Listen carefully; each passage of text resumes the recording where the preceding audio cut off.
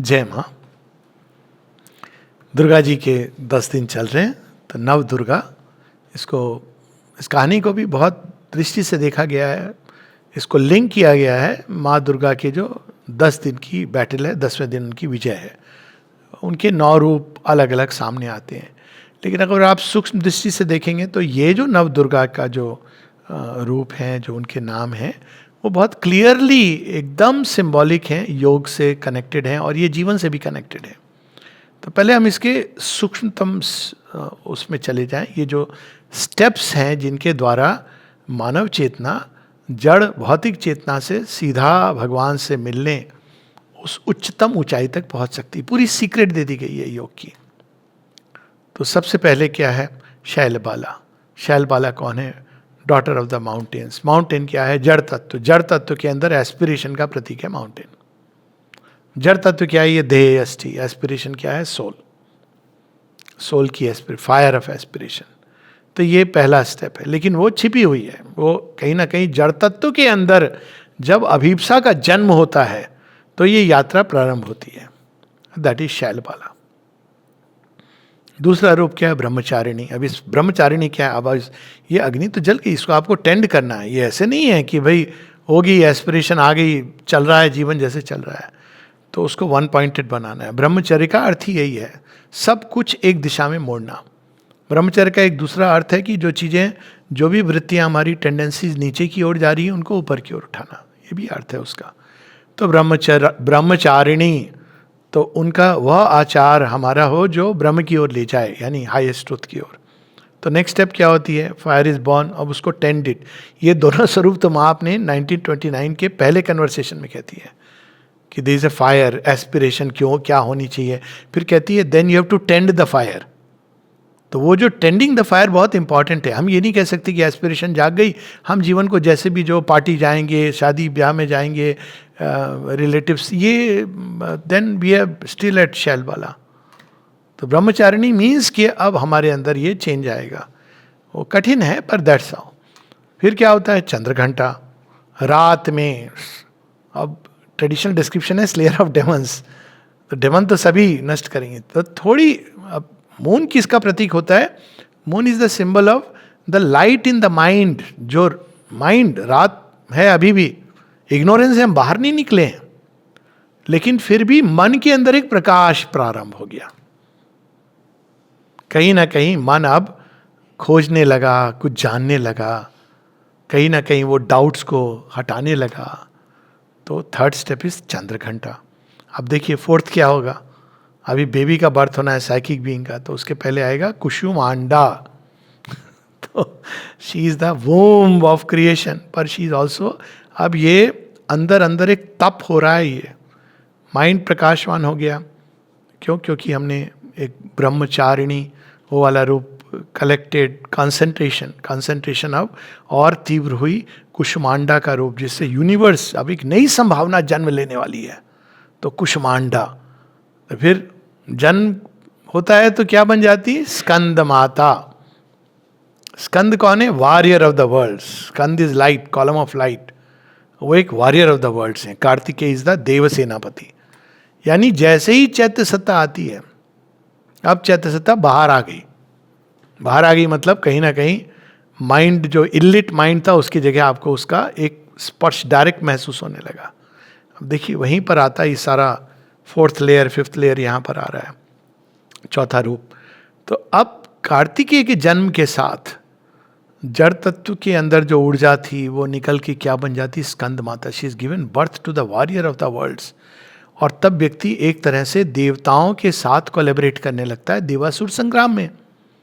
तभी हम लोग पढ़ते हैं कि देवासुर संग्राम में मनुष्य भी पार्टिसिपेट करते थे। कहानी ऐसे कि चेरियट में जा रहे हैं उड़ते हुए, बट चेरियट शरीर है लेकिन उड़ते हुए जा रहे हैं, मतलब चेतना उड़ती हुई जा रही है और विशाल होती जा रही है, और जहाँ जहाँ अंधकार है वहाँ वो एक्ट कर रही है, वर्क कर रही है, डिस्ट्रॉय कर रही है। तो अब देवताओं के साथ, तो क्यों? क्योंकि कार्तिकेय कौन है? देव सेनापति। और यहाँ भी देखिए तो शिव और पार्वती के मिलन से देव सेनापति। और कार्तिकी की कहानी तो बड़ी इंटरेस्टिंग है, पर कभी और। Let me resist the temptation. अभी केवल हम लोग नवदुर्गा पे रहे, नवदुर्गा स्पेशल। तो स्कंद माता, तो light is born in the womb of darkness, ऐसे श्री अरविंद डिस्क्राइब करते हैं ना, उनकी एक पोयम है. स्कंद माता के बाद अब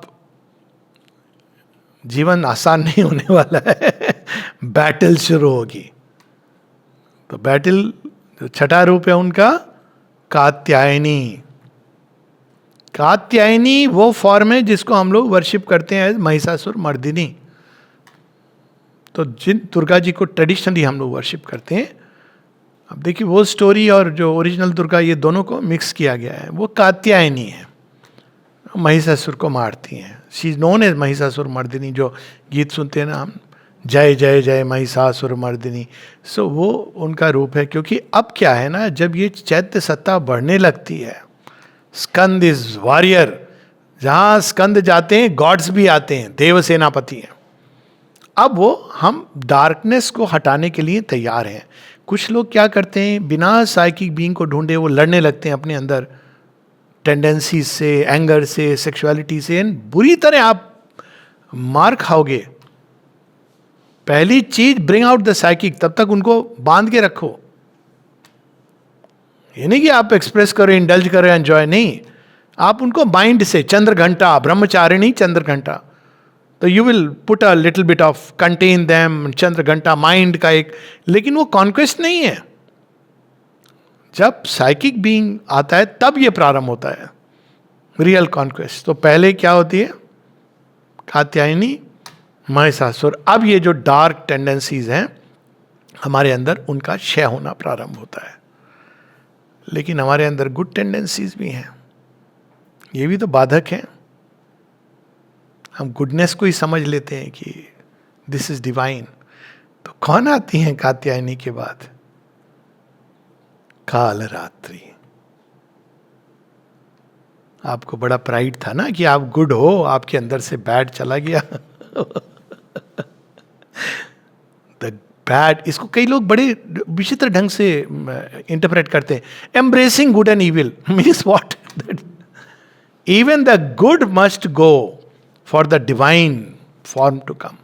गुड भी उनकी एक ब्रिलियंट शैडो है, जैसे ईविल उनकी एक डार्क शैडो है. तो फिर क्या आती है जगन माता काल रात्रि के रूप में. काल रात्रि क्या करती? जगन माता जब काली का रूप लेके आती हैं तो आप क्या करते हो? ईगो तो बची है ना, उसको भी ले लो. भाई ये हमने संजो के रखा था अपने पास, अपने विजिटिंग कार्ड में लगा के रखा था, जगह जगह हम उसका अच्छा अब आप आ गई हो, ले लो. सोचता था मैं बहुत अच्छा व्यक्ति हूँ, गुड हूँ. तो वो एक प्रोसेस होती है योग में जिसके द्वारा ये होता है. तो वो चला जाता है डुअर सेंस, ईगो सेंस. तो जब काल रात्रि का इस हमारे अंदर ये सब रिमूव कर देती हैं, अब क्या होता है? इसको क्रिश्चियन मिस्टिसिज्म में कहा गया है night of God, night of soul. Savitri में night of God, at first she stepped into a night of God. तो इसको dark night of the soul भी कहा गया है. जब आपके अंदर से सारा even good is taken away, अब आप बिल्कुल एक ब्लैंक हो, तब क्या करोगे? गुड का भी सहारा छूट गया, आप समर्पित हो. तब उसी काल रात्रि के अंदर से कौन प्रकट होता है? Mahagauri, the effulgent, radiant, infinite mother. तब रियल दर्शन होता है. Mahagauri, not just Gauri, Mahagauri, the infinite mother of infinite radiances. एक अमृतदा की बड़ी सुंदर सी एक छोटी सी, पता नहीं मिलेगी तो I would be happy to read. Incarnate word पे होगी कि नहीं, क्योंकि उसको, लेकिन वो शेरविंद के नाम से गई है, पर एक्चुअली शेरविंद ने उसको करेक्ट किया था. अमृतदा ने उनको ये प्रेयर लिखी थी, hymn to the mother of infinite radiances. Infinite radiance type करने से शायद आ जाए. और उसको शेरविंद ने अपने मॉडिफाई, तो वो शेरविंद के नाम से गई है. तब वो मदर ऑफ इन्फिनिट रेडियंसेस, जिनको हम अदिति कह सकते हैं, महागौरी कह सकते हैं. अब ये असली खेल, मतलब देखिए कहाँ तक चले गए. उसके बाद सिद्धिदात्री, तब परफेक्शन बिल्ड होता है. बिना इन स्टेजेस से गुजरे परफेक्शन. और ये परफेक्शन भी is only one man's perfection. Savitri में लाइन आती है, सारी स्टेजेस सावित्री में बुक 7 कैंटो 5 में बता दी गई हैं.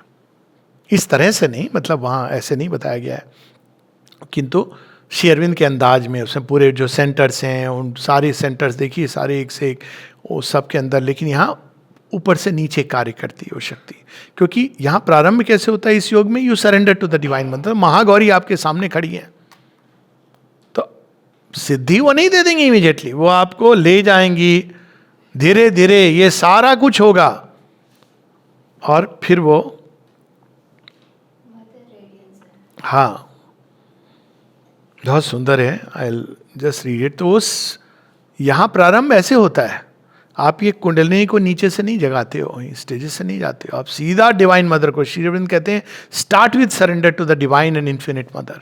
अब वो आपको ले जाएंगे, ये सारी स्टेजेस आएंगी, सारी की सारी जड़ तत्वों में भी अग्नि पूरी प्रकट होगी, but it happens in the reverse way, safety के लिए. अंत में सिद्धि, जब ये सारे लेयर्स पे आपका काम हो गया तब Siddhidatri. But still it is one man's perfection, still can save the world. बहुत बड़ी बात है.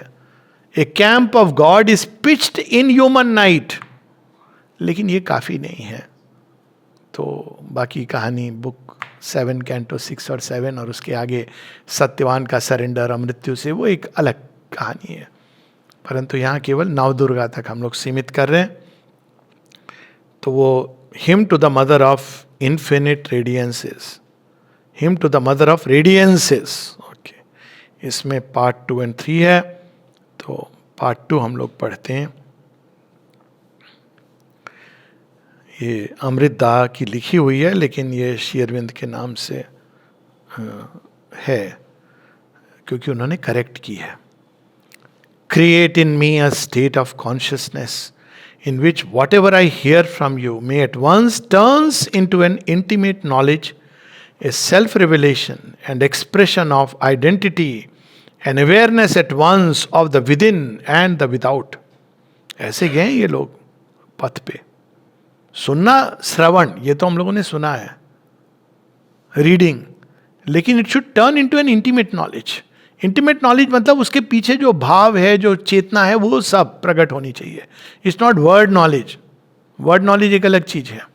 Intimate knowledge. O mother, whatever I gather from you, let it be of the deep vast of the within which is omnipresent. May I be one with you in every way to have the supreme delight, yet separate from you to stream forth devotion to you.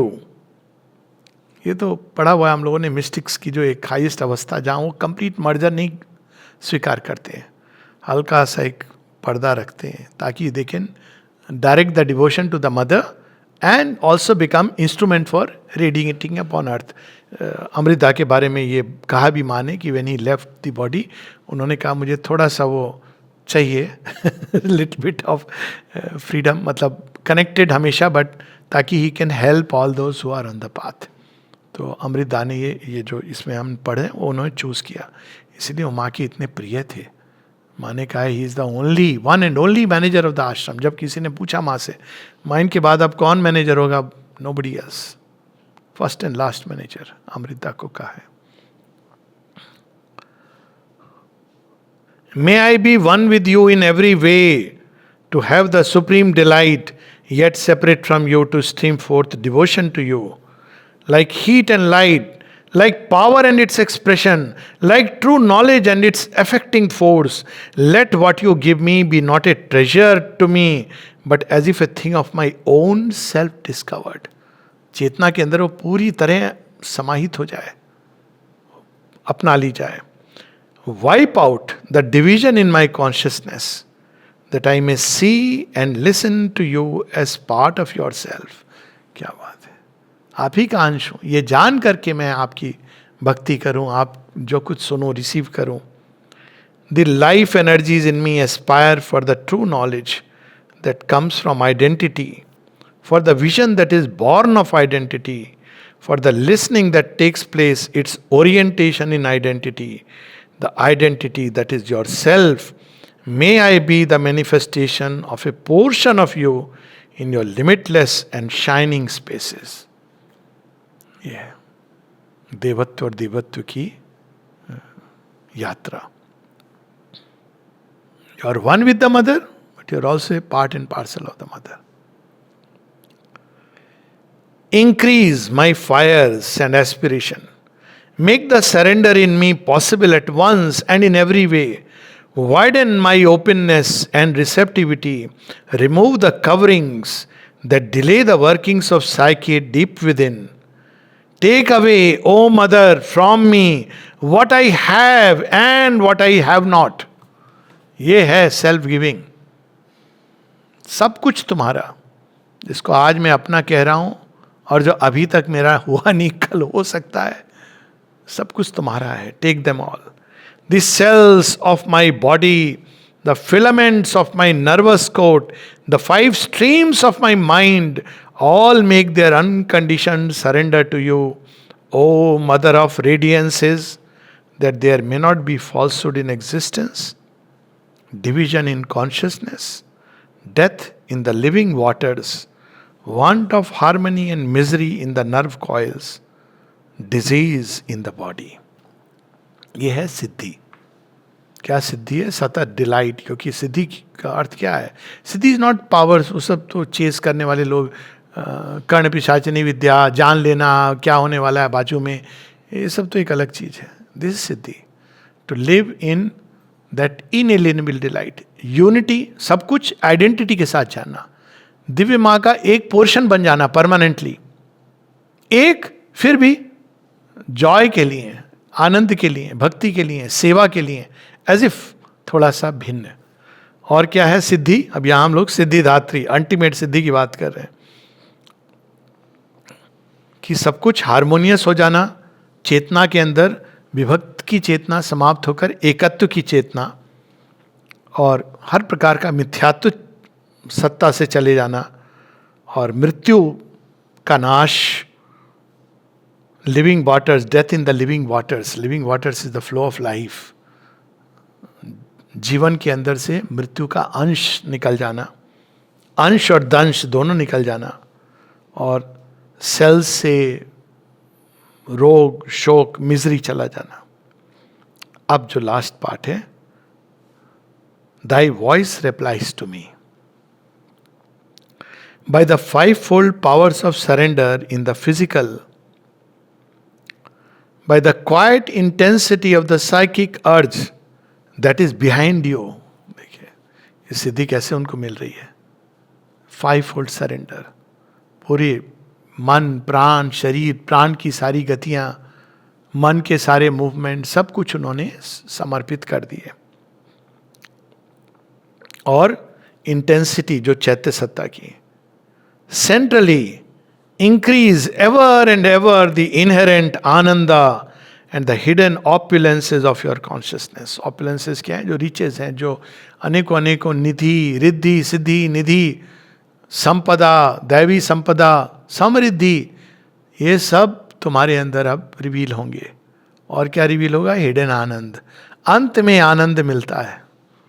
सिद्धि का जो ultimate वो है आनंद. इसीलिए श्री अरविंद भी, जब श्री अरविंद सिद्धि के आगे की क्या बात करते हैं? भुक्ति, शुद्धि, मुक्ति. सिद्धि, भुक्ति. भुक्ति क्या है? डिवाइन आनंद, हर चीज में, हर एक्टिविटी में. नथिंग, क्योंकि अंत में तो वो आनंद ही देती हैं.